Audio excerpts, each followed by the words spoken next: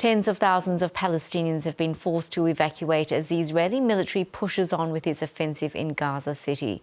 Leaflets have been dropped warning civilians to flee to the south, but many say they fear permanent displacement if they leave. Middle East correspondent Eric Tlozek joins us live from Jerusalem. Now, Eric, the Israeli military says its troops are now inside Gaza City and its artillery is bombarding the urban centre. What more can you tell us? Well, when they say they're inside Gaza City, I would say they're in the municipal boundaries, and they've been moving slightly closer to the centre, Yvonne, than what they've done in previous weeks. But what they're saying off the record to Israeli military correspondents and local media is that actually they're being very cautious and they're proceeding very, very slowly. So they're not racing to get to the most densely populated parts of Gaza City. They're probing, they're withdrawing, they're going in a little way, they're coming back out again, they're sending unmanned vehicles in.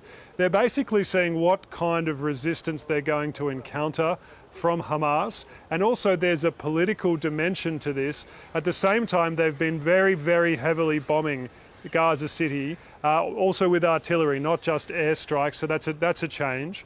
And the aim for this is twofold. One is that they want to very, very much reduce Israeli casualties as part of this operation because they know that they don't have public support for this operation. The operation doesn't even have the support of the IDF Chief of Staff. He's recommended against it, but he has to now follow through with it because he's been told to by the political leadership. And the second reason for that is that they're still pushing very, very heavily for the government to take a deal. So they're saying this operation might take months, so they're going to proceed very, very slowly and accompany it with a very, very heavy bombardment by artillery and the Air Force. And Eric, meanwhile, tens of thousands of civilians have fled the assault but are finding it difficult to make the journey south, even with another route that was announced by the Israeli military. What has the experience been like for them seeking safety? So I've spoken to a number of people who went from Gaza City to the south over the past few days, and they described it as horrible. It used to be a 15-minute trip, to give you an example, from Gaza City to Deir al-Balah, which is in central Gaza. Now it took some people 6 hours, they said. The road has been all torn up by the Israeli military, so they're pushing through dirt and sand. It's very, very crowded. People were doing it throughout the night. We spoke to one person, he'd been pulling a cart loaded with all his family's possessions from 6 in the morning, and when we spoke to him it was after 6 at night. So for more than 12 hours pushing through these horrendous conditions. And I think the Israeli military opening up a second road, Saladin Street, which used to be the main road running from north to south of Gaza, even though they've only opened it temporarily, it's an acknowledgement that hundreds of thousands of people simply can't get out on one dirt track, you know, from this major city when there was more than 1 million people in Gaza City prior to this offensive. And they can't get out under bombardment as quickly as Israel would like them to, especially when they're having real problems setting up in the south.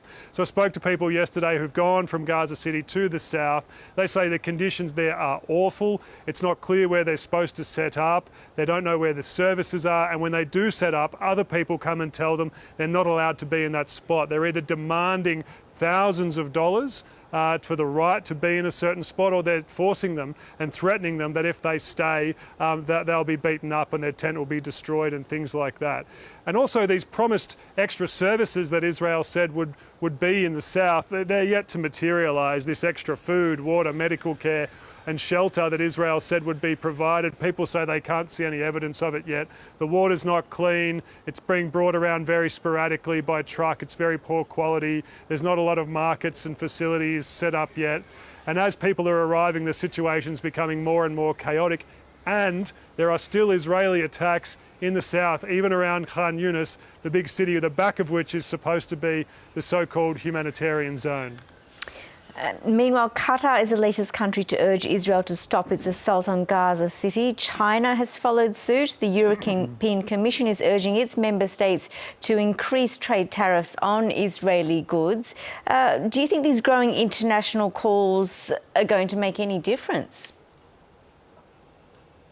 Well, the Israeli Prime Minister is trying to calm the business and finance sectors in Israel because clearly they're worried. He said this week that Israel would have to become a super Sparta and it would have to have independent weapons production capability, acknowledging that there may come a time when Israel doesn't receive any weapons imports. And he also said the economy of Israel would have to have autarkic characteristics, meaning it would have to be self-sufficient, supply itself. And this caused enormous alarm in Israel's business community. And the stock market was affected, and basically people are extremely worried about the idea of Israel being frozen out from trading partners. The EU is Israel's biggest trading partner, and world financial systems, the possibility of sanctions. All of these things are really panicking the markets here. So the Prime Minister has then had to kind of walk back those remarks. So the threat is real. The business community is aware of it, and I think they're feeling the effects now because it's affecting business confidence. But in terms of whether the European Union, for example, will actually follow through on that threat to suspend trade concessions, which is what it's actually proposing. It's proposing to suspend the free trade agreement. The European Commission, the President of the European Commission, Ursula von der Leyen, when she proposed this last week, acknowledged it was going to be difficult to get the majority of states agreeing to this that would be needed to pass the measure. So Israel probably has a bit of time to work through this. Europe is hoping the threat of this will make Israel change course, but in terms of how Israel's political leaders are speaking, no, there's no indication that they're going to change course as a result of these threats. And Israel's finance minister says there are plans underway to turn Gaza into a lucrative real estate opportunity and that he's negotiating with the US. There's been outrage over this. It's not the first time he's said something like that, Yvonne, and in fact, these are comments that multiple ministers on the right of Benjamin Netanyahu's cabinet have said before. You know, Bezalel Smotrich, the finance minister, is often the guy that people say says the quiet part out loud, whereas the Israeli government says, no, he doesn't speak for us. That's not an official comment. Mind you, there was a period of time when Israel was saying it was working in line with what it called the Trump plan for Gaza, which was to turn Gaza into a place without Palestinians so it could be developed for real estate. The White House has kind of walked away from those remarks now and is said to be pursuing other political resolutions for Gaza. But there are still figures within Israeli politics that say, no, we're going to redevelop it, particularly the north, we're going to resettle it. There's a whole movement to resettle Gaza.